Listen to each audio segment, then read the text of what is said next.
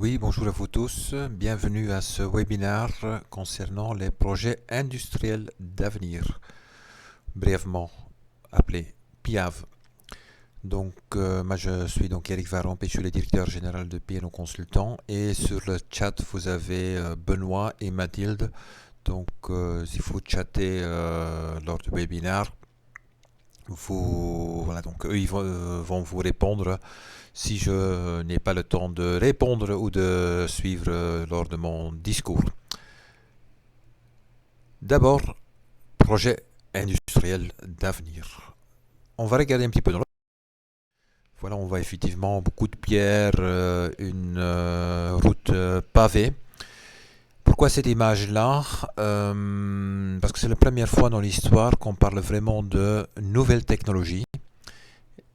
C'était à l'époque de Jules César où effectivement on définissait un projet nouvelle technologie, c'était le Via Appia. Nouvelle technologie, l'autoroute de l'information, maintenant ça semble un petit peu vieux, mais c'est la première fois où effectivement au sein du Sénat en Rome, il y a aussi des discussions, mais pourquoi il faut investir dans les nouvelles technologies? Pourquoi il faut créer des autoroutes rapides d'information qui permettent d'avoir des informations dans le nord du nord de l'Angleterre jusqu'à Rome. Donc voilà, c'est toutes des questions. Pourquoi il faut investir dans l'avenir pour avoir à l'époque donc avoir plus d'informations plus rapidement possible. Donc quand on voit ça maintenant, on ne pense pas du tout que c'est des investissements d'avenir, mais à un certain moment aussi, c'était des investissements d'avenir. Donc l'investissement à venir, c'est des appels à projets, c'est des projets industriels d'avenir, ça c'est le titre. Le budget global est de 305 millions d'euros. Point important, c'est des projets qui sont un budget supérieur à 3 millions d'euros. Il y a également, ça c'est un petit peu le sujet le plus complexe dans les projets industriels d'avenir, des appels spécifiques qui ont des projets qui sont inférieurs à 3 millions d'euros. Donc là, par exemple, dans le monde de l'éducation, il y a eu un appel.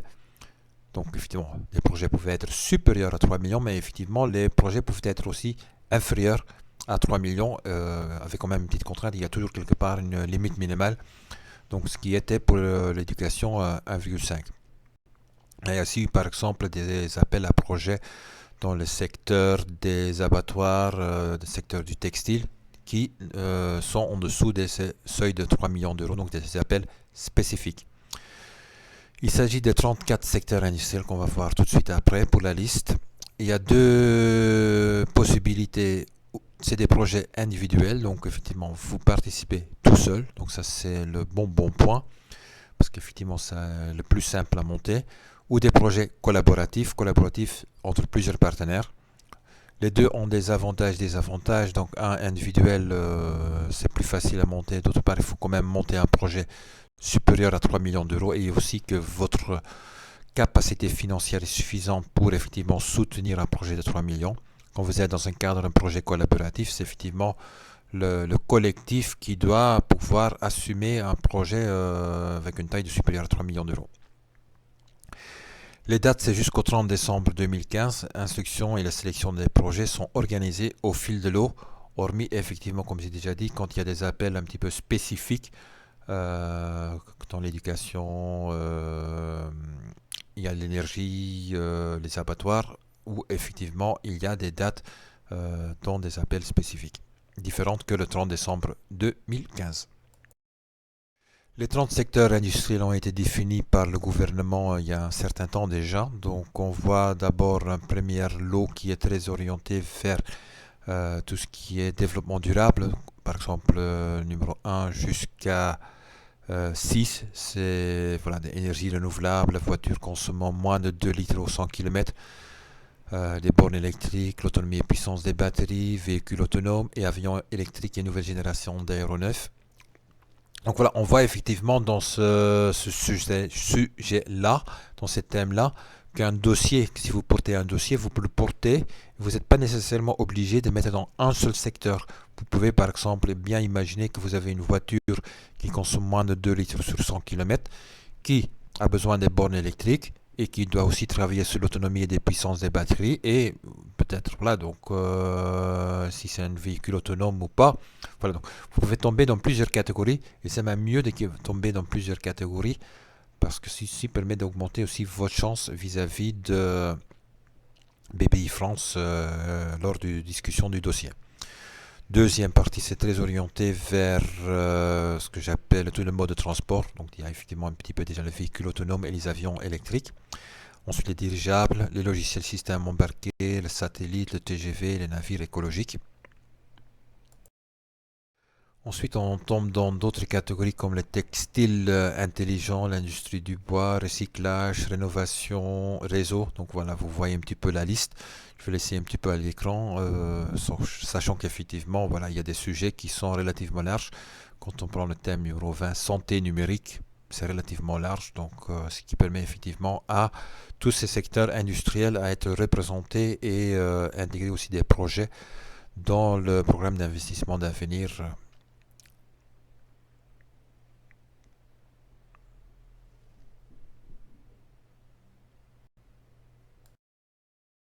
Et donc, dernier transparent, où on voit plus la partie informatique arriver avec effectivement le big data, le cloud computing, le e-éducation, la souveraineté télécom, les nano-électroniques, les objets connectés, etc.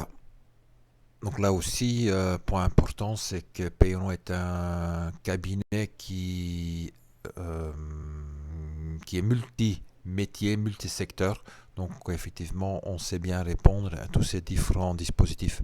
Si on n'a pas les consultants nécessaires à Paris, donc on va les chercher au sein du groupe.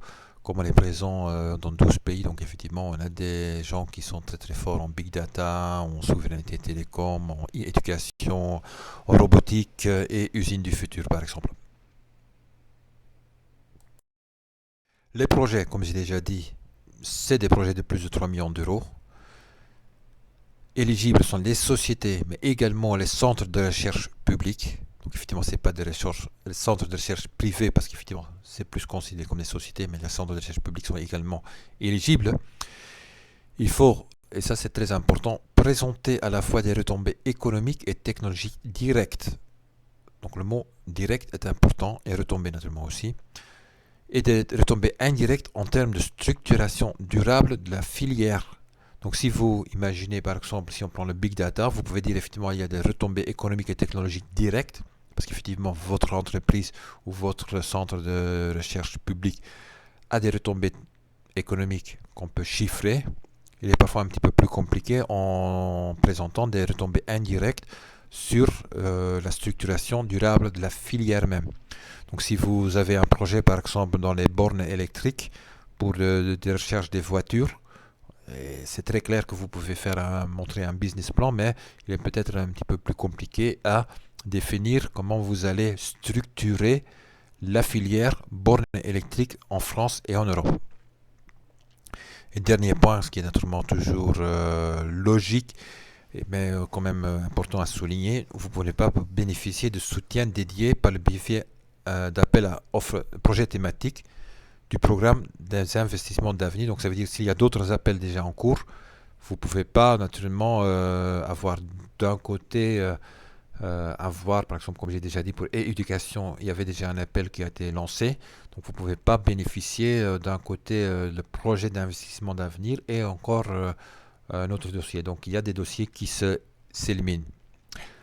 Sachant qu'effectivement le dossier de éducation était très orienté et focalisé sur le CM1 et CM2. Donc si vous avez un projet qui tombe par exemple au niveau enseignement supérieur, vous pouvez naturellement postuler dans ce dossier-là de projet d'investissement d'avenir.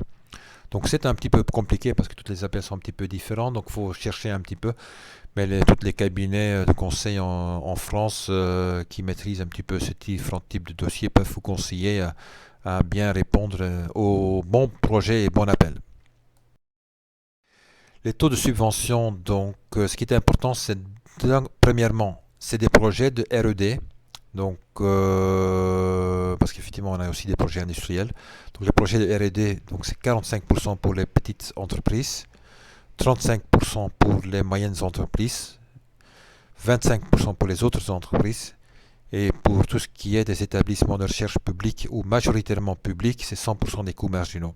Donc pour un PME, c'est toujours la même chose, c'est du moins de 250 personnes avec un chiffre d'affaires de moins de 50 millions d'euros et un bilan de moins de 43 millions d'euros. Si c'est un projet collaboratif, vous pouvez donc augmenter de 15% maximum ce taux-là. Donc effectivement, une petite entreprise peut avoir du 45% plus 15%, 60% de son projet en R&D subventionné. Pour les autres entreprises, aussi de grandes entreprises, donc le ETI et les grandes entreprises, 25 plus 15, ça fait quand même 40% maximum de taux de subvention. Pour les projets d'industrialisation portés par les PME, donc ça c'est un point très important pour les projets d'industrialisation que sont que les PME qui portent les projets. Donc traduit autrement, imaginons donc effectivement vous êtes une PME, vous pouvez postuler seul. Si c'est un projet collaboratif, c'est la PME qui doit absolument porter le projet. Donc quand on dit porter le projet, ça veut dire que la technologie doit être au sein de la PME. La plupart des investissements et des coûts liés à ce projet doivent être aussi au sein de la PME.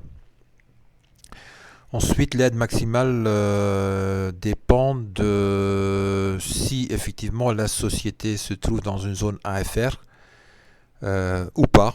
Donc vous voyez donc 30% si c'est en zone AFR pour et 20% hors zone AFR pour les petites entreprises. C'est du 20% et des 10% hors zone AFR pour des moyennes entreprises. Donc le AFR, donc c'est des zones d'aide à finalité régionale qui ont été définies pour 2014-2020. Donc effectivement, si on parle d'un projet d'industrialisation porté par des PME et vous êtes hors zone AFR et vous êtes une petite et moyenne entreprise, la subvention entre guillemets est que de 10%, donc qui n'est pas nécessairement beaucoup, mais effectivement 10% peut déjà être important pour financer une partie du projet. Des conditions de retour pour l'État. Donc chaque fois, et ça c'est très important à comprendre aussi, c'est que c'est l'intéressement de l'État au succès du projet et c'est systématique pour chaque bénéficiaire. Donc chaque bénéficiaire va, comme on a déjà vu, surtout quand c'est un consortium, bénéficier éventuellement de taux différents. Vous avez une petite entreprise, vous avez une moyenne entreprise, un ETI ou une grande entreprise, les taux sont différents. Dans certains cas, effectivement, c'est un avance remboursable ou dans certains cas, c'est un intéressement de l'État au succès du projet. On voit surtout pour les moyennes entreprises et pour les petites entreprises que l'État préfère quand même d'avoir un intéressement de l'État parce que ça permet aussi à des petites structures de prendre le risque de le faire. Pour les sociétés qui ont surtout de ETI et des grandes entreprises, c'est plus dans l'avance remboursable qu'on va tomber. Mais naturellement, les deux sont possibles et les deux sont naturellement à négocier à chaque fois avec Baby France.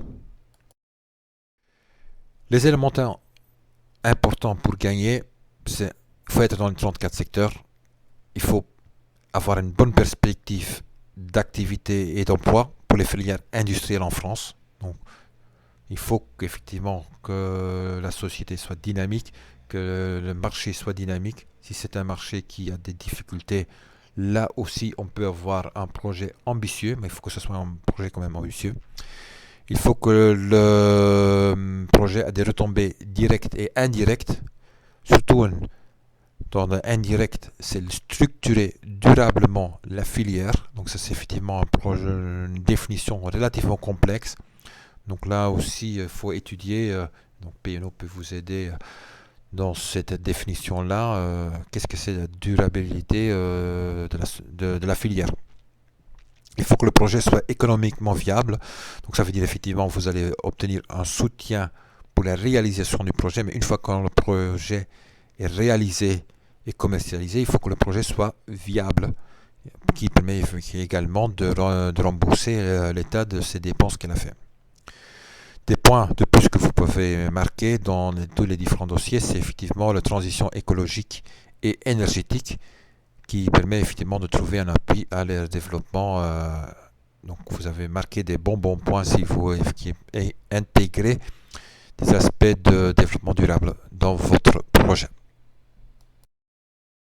Donc rapidement, qui est PNO? Donc nous sommes 350 consultants en Europe, dans 12 pays différents. Nous sommes en France depuis 2007.